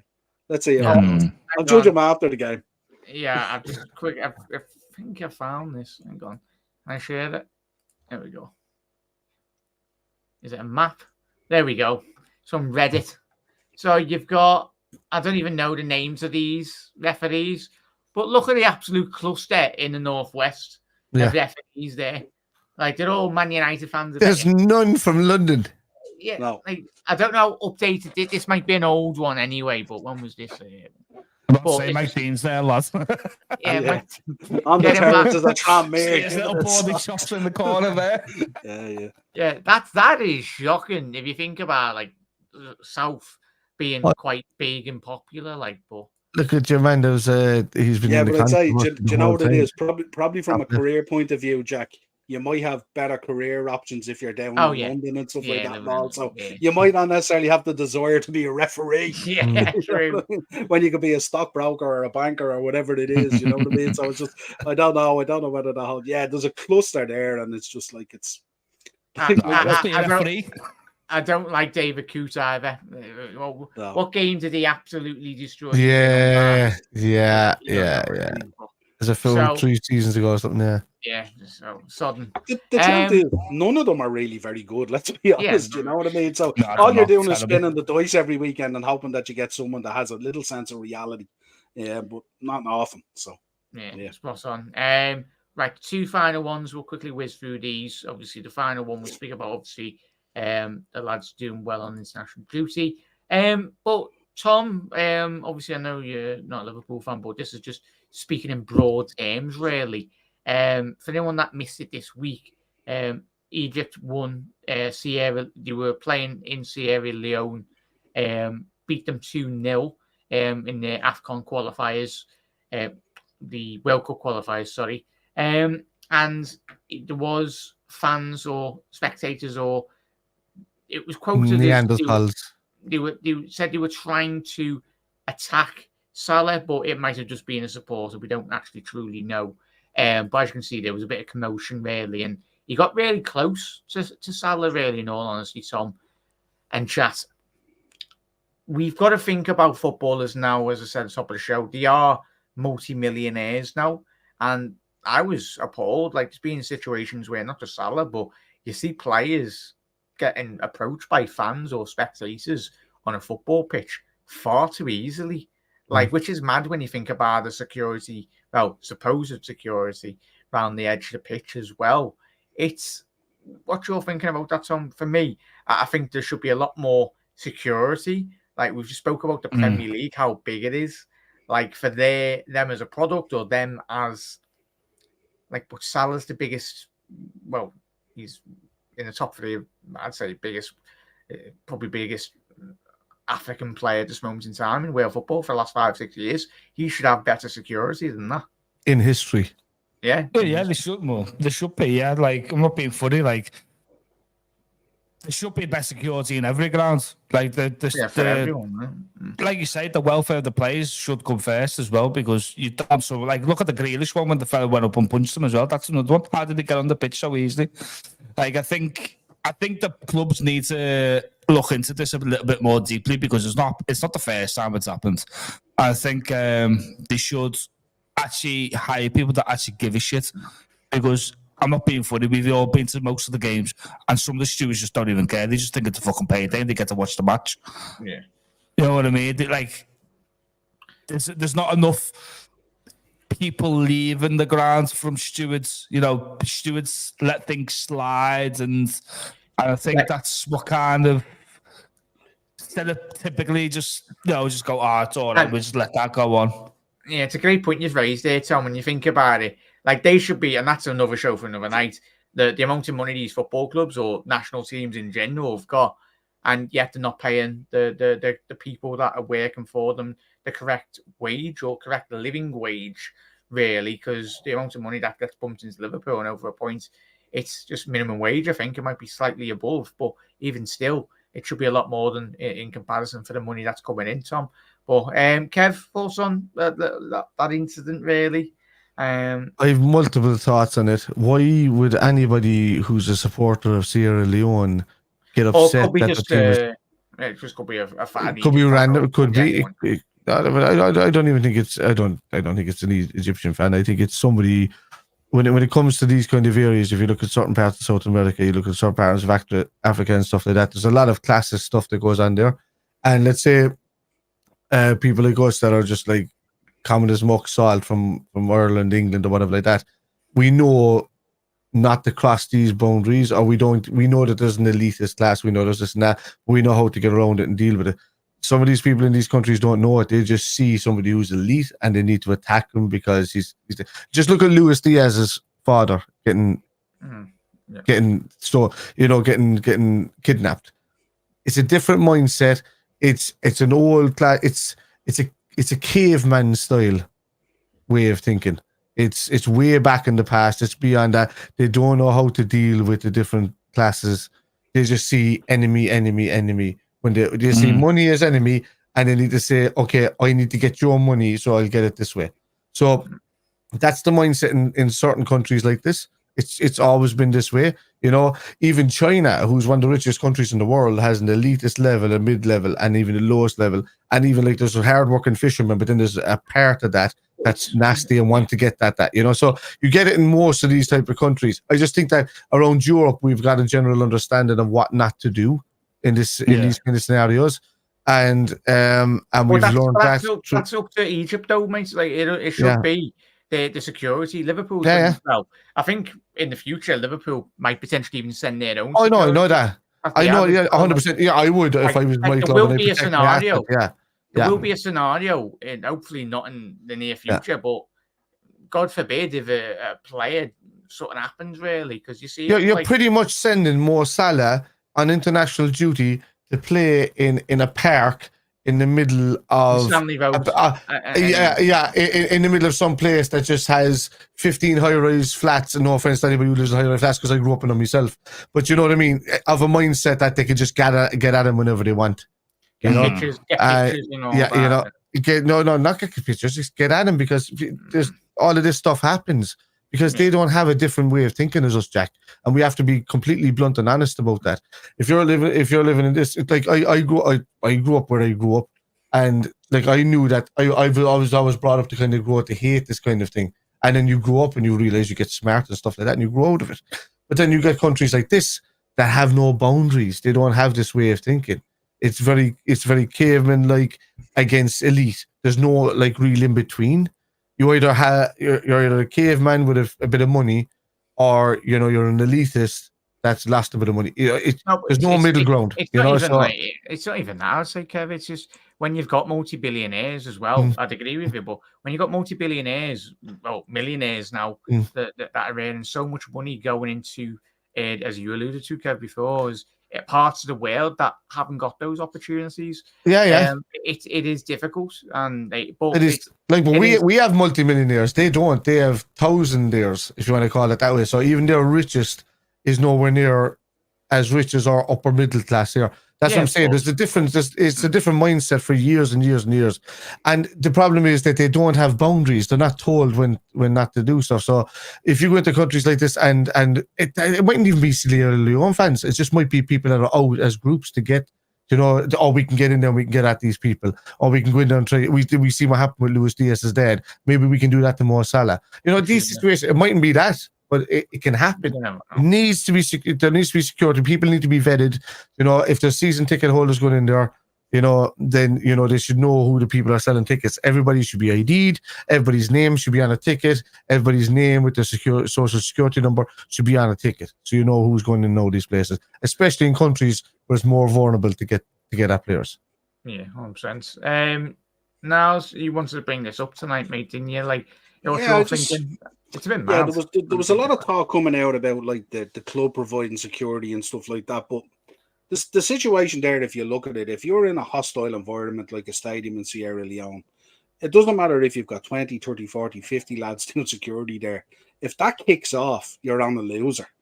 And it doesn't matter what you do. But the problem that I have with it is more kind of, and it's no disrespect, I'm a huge advocate of the emergence of the African nations and all that kind of stuff. I think it's amazing what's happening there and stuff like that. But sometimes you have to take a reality check. If you look at Mo Salah, who's an absolute icon in world football, forget about African football, world football. And when you think on the face of it of what these guys do with the amount of money they send back for hospitals and schools and trying to develop stuff and all that, could be seen with Mane and all these players and stuff like that.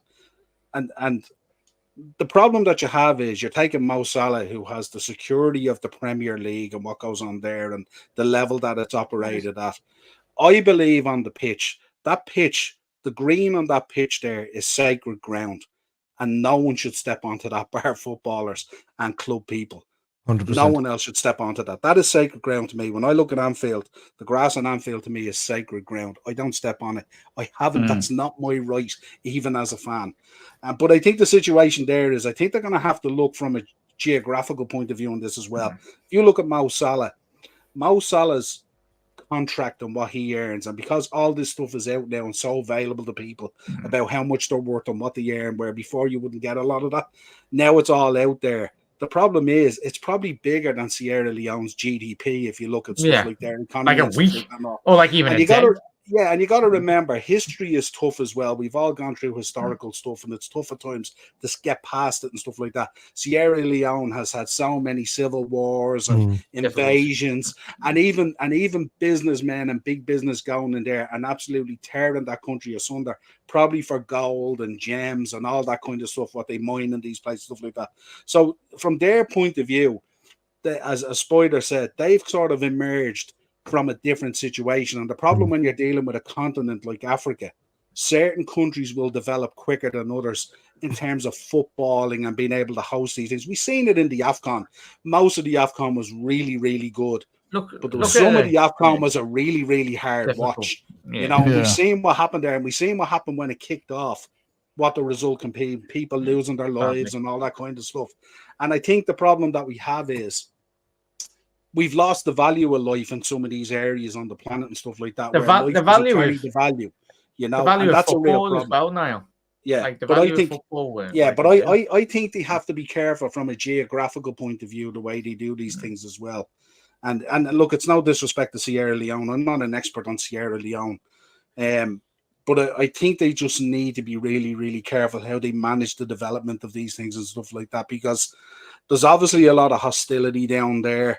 And obviously, there's a lot of countries in Africa that do pretty well and stuff like that, and they've good economies and all that kind of stuff. Well, Morocco have really improved, and but there's other countries there, obviously, that are kind of, they still fall behind. They're still trying to catch up. They're still trying to figure out things. Their economies were robbed for years by other countries going in and all that kind of stuff and all. And then you've got all the civil wars and the coups and all this kind of stuff that happens in these countries. And I just think, I think it's really dangerous when you drop a guy like Mo Salah, with the knowledge of that amount of wealth that's out there. Like, you seen him walking off the pitch the other night, there was maybe 6 guys around him. If that kicks off in that stadium, what chance has he got whatsoever? And yourselves looking at those stadiums, even when we experience it ourselves, even going to matches and stuff like that, it doesn't take much for it to kick off. It takes very, very little. You know what I mean? And his value to them, they don't put value on life like that. So it's a scary situation, and I don't even know whether club security fixed that situation. I think we have to think more about how we go into these geographical locations and expose these guys who are now multi-millionaires and billionaires and stuff like that. And also, it's a serious topic. Agree now, Kev, 100%. Yeah. And as I was saying before, football, it means so much to everyone around the world, and it is difficult. It's going to be a difficult scenario, but as football does further expand, year upon year. It's great. As I mentioned with Morocco, they built a state-of-the-art facility, and within before I die, they built a state-of-the-art facility, and they reaped the rewards. Surprise, surprise! In the World Cup just gone in January, in December, sorry, but last year, a year ago. But that was open 4 years down the line. But it's difficult, lads. It is absolutely difficult, especially us not living in that part of the world. But we can understand where they're all coming from. But hopefully security and everything does improve. But it was extremely worrying, as the lads did say. Tom and chat, we'll conclude. Tom, what are we saying? Obviously, the Liverpool lads done really well at Goodison this evening. Goals from Morton and 2 goals from Harvey Elliott, who had a very good reception this evening, as you would anticipate at Goodison. Just in general, in terms of, I know we don't really care about England and all that, but England, from a youth level, you look at 18s, 19s, winning the World Cups over the last couple of years as well, in terms of that age category in the Euros.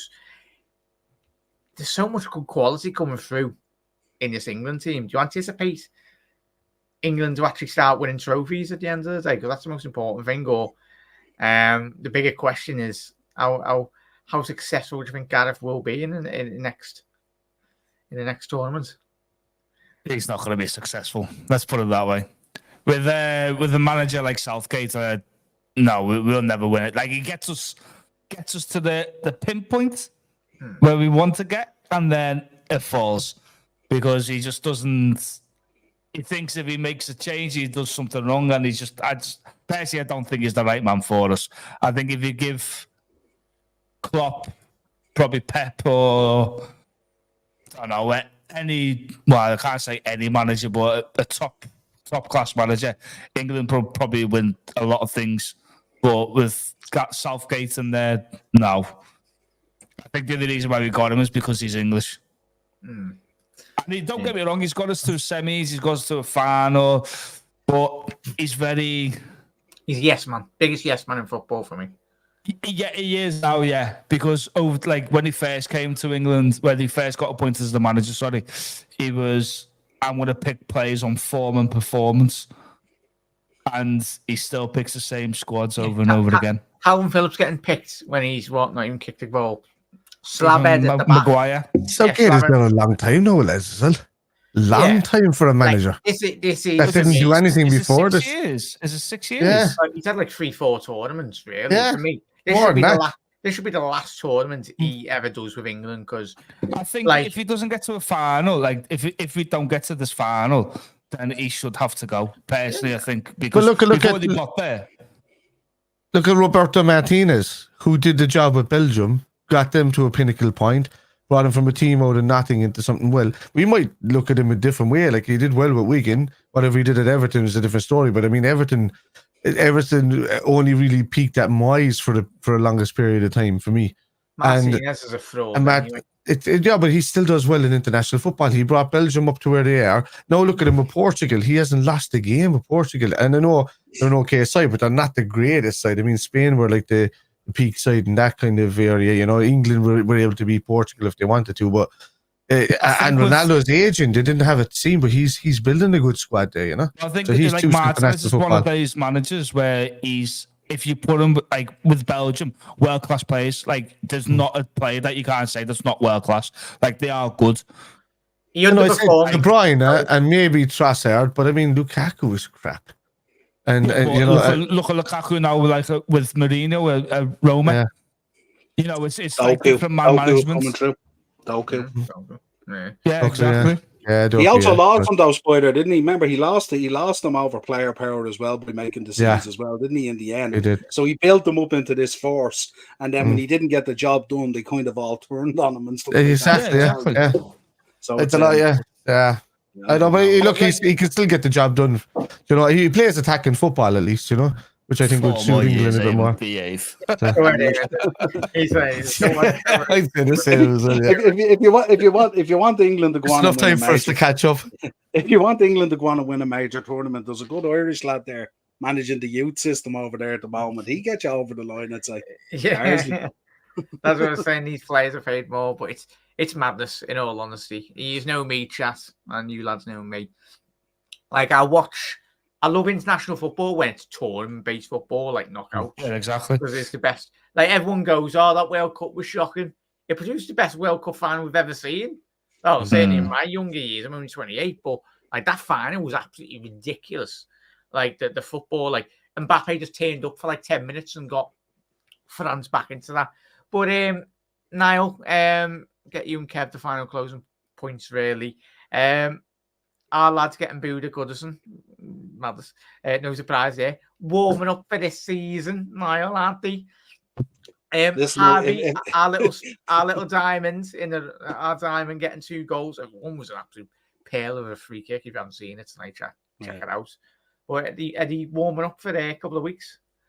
Look, as I said it earlier on Twitter when it was put up on Twitter as well. If they're doing the lads, they're doing something right. Long may it continue. Why would I complain? I mean, I love pro wrestling, so I love the heels, I love the bad guys, so it's all good. It's all good. Long may it continue. And I loved did you see the one the other day where Harvey did the thing? No.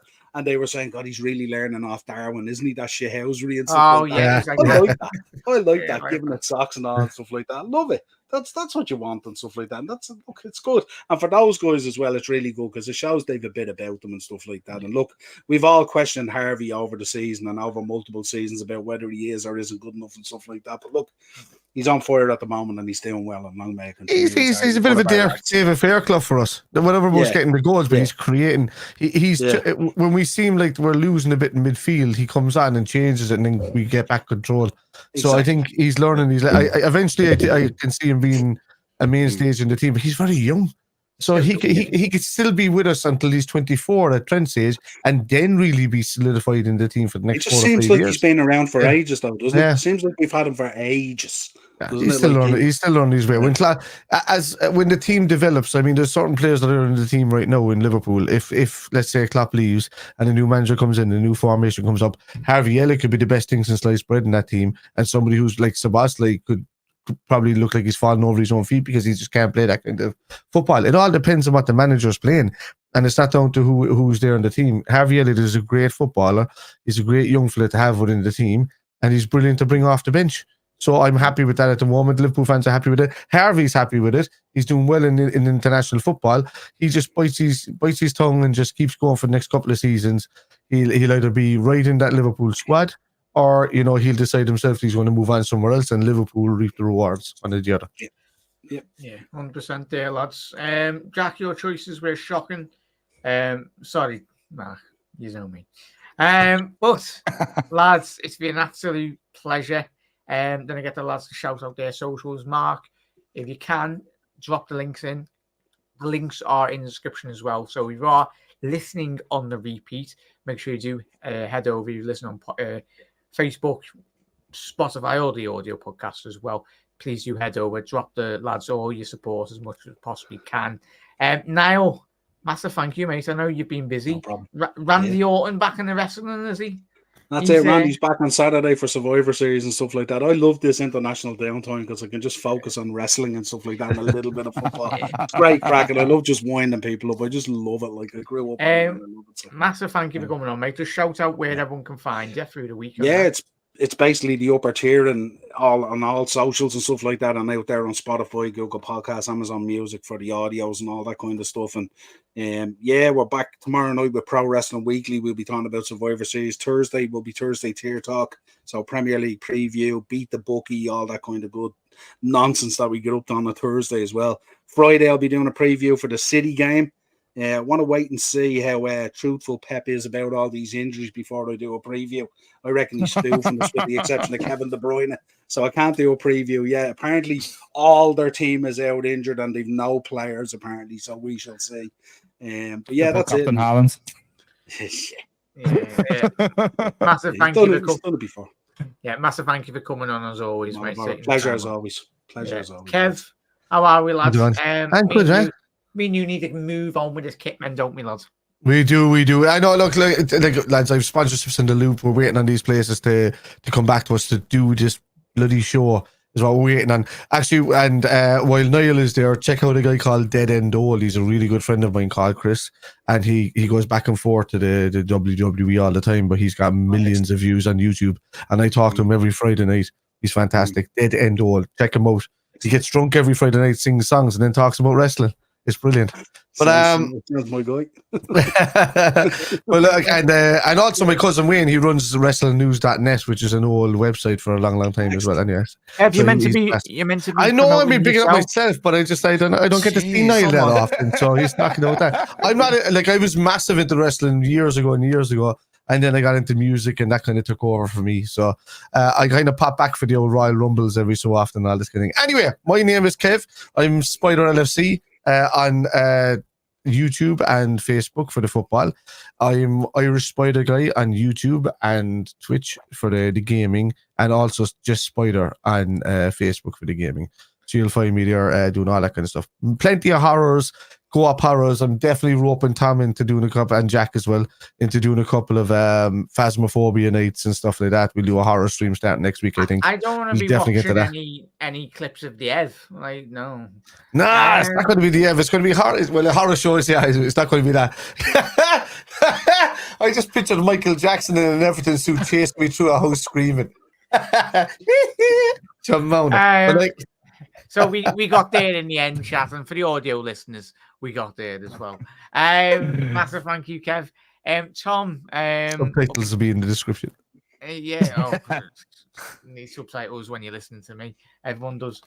Tom, where can everyone find you, please, mate? And massive thank you for jumping on this evening again. No worries, thank you for having me. So yeah, you can find me on Twitch at Mayday01_. So that's pretty much on every social, like YouTube, TikTok, Instagram, Twitter, like literally all the same, basically. So yeah, I'm pretty new at it. We're gonna do some good games, like we're playing Call of Duty at the moment.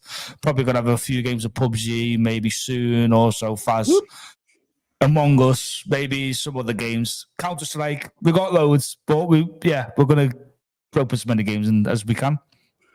Yeah, massive thank you for coming on. I love that Among Us, Tom. I love that Among Us. Have you ever played Trying to Survive the Championship, lad? That's a good one. Wouldn't know, lads. We haven't been there yet. Oh, well, it's coming soon. Coming soon in 2025 or 24. But Tom, Niall, and Kev, and most importantly as well, the absolute legends, everyone that is tuned in this evening, and a massive thank you to obviously Doug with the becoming a member as well, and obviously Henry with the super chat this evening as well. Really do appreciate all support. The three lads as well, absolute legends. Your best mates on YouTube as well. Really do appreciate you taking out an hour and 52 minutes of your time this evening. That on? And yes, surprised you haven't got second me already. And everyone at chat, go and absolutely smash tomorrow. Obviously Wednesday, midway through the weekend, nearly the weekend anyway. But chat, as always, a massive thank you for everyone that is tuned in this evening. Now, if you are watching on the repeat, do head over to all the lads' socials, drop a subscribe, show your love as well. But it's been an absolute chocker show this evening, and I hope you've all enjoyed it. I know I have, and the lads have as well. But yeah, hopefully we do see some charges along the way for some Premier League teams. Up to that.